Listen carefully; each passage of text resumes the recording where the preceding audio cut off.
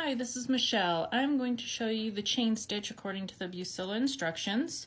Right here's the symbol for the chain stitch, and then here's the little box that you get on how to do it.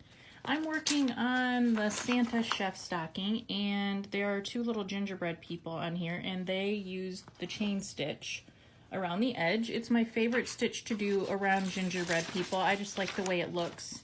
So here's on the chart here, you see the gingerbread person, and you see these double squiggly lines around the edge. So I go over here to my color symbol guide and I find the chain stitch symbol, and I'm going to do the squiggly line chain stitch. So I need 2 strands of white. So I have my smaller needle that comes with the kit. It's the number 10 beading needle. I'm going to use that one. Your floss comes in 36-inch strands, so I have 1 strand that I threaded my needle with and pulled both ends down together, so it's now 2 strands, but it's only about 18 inches long. Makes it easier to work with. And for the chain stitch, I like to use the Thread Magic, so I'm going to run my floss through there, and now I'll just knot the ends really quick, and we can begin the chain stitch. So I've already started on this one here. I like to start in the corner.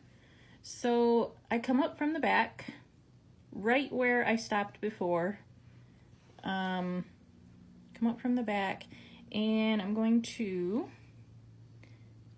right next to where I came up at, I'm just gonna go just through, like, just a little bit of the felt. You don't need to go all the way through. You just kind of slide it in along that line, and you kind of pull through to make a little loop there.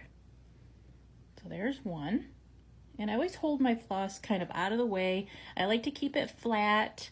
The Thread Magic really helps with that. It helps keep it flat. It still will tangle a little bit as you go. You'll have to drop your needle down and let it untangle. But with the chain stitch, with this tiny little gingerbread person, I like to keep the stitches, you know, small and even. So it's only about like 1/8 of an inch is what I go in. And you're kind of seeing that nice little chain forming. I don't pull too tight. You pull too tight, you won't have that little loop there. It'll just tighten right up on you. So I just pull right till it gets to the felt, and then I stop. Every time, keeping that floss, you know, out of the way. And you want to take your time with this. You don't want to hurry. You never want to hurry with any stitch, but with chain stitch, you really don't want to hurry and try to do this, because you want it to look really nice and everything to be even and not twisted. And so I, you know, make sure I take my time on this one. And as you can see, I didn't cut the whole gingerbread man out. I kind of rough cut it. And when I say rough cut, I cut the piece of felt big. I left the number on so I, you know, can see that. But sometimes when you're working with something like this and you are doing, you know, a lot of stitching on it, it helps to leave it big. And then when I'm all done, I'll go cut it out like it's supposed to be, because if you don't, working with it this much, it tends to like get misshapen.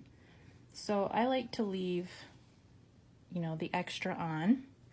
And when I'm doing chain stitch, when I come to a stop, like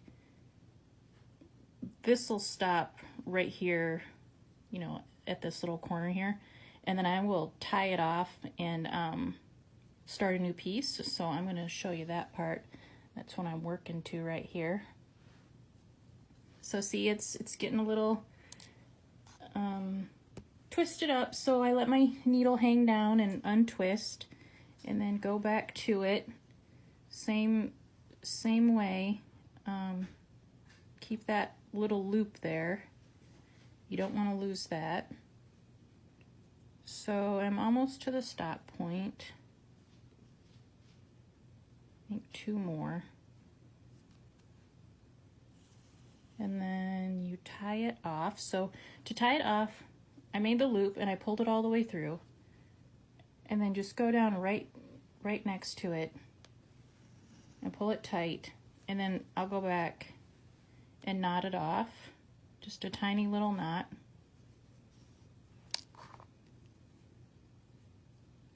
And then to start again, you just start just like when you started at the beginning. You go right next to it, only you're going to go down the leg this time.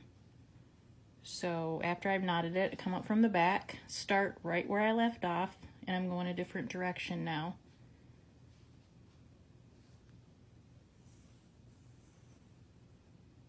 So same thing, and then you just keep going, and then when you're all done, it'll look like this.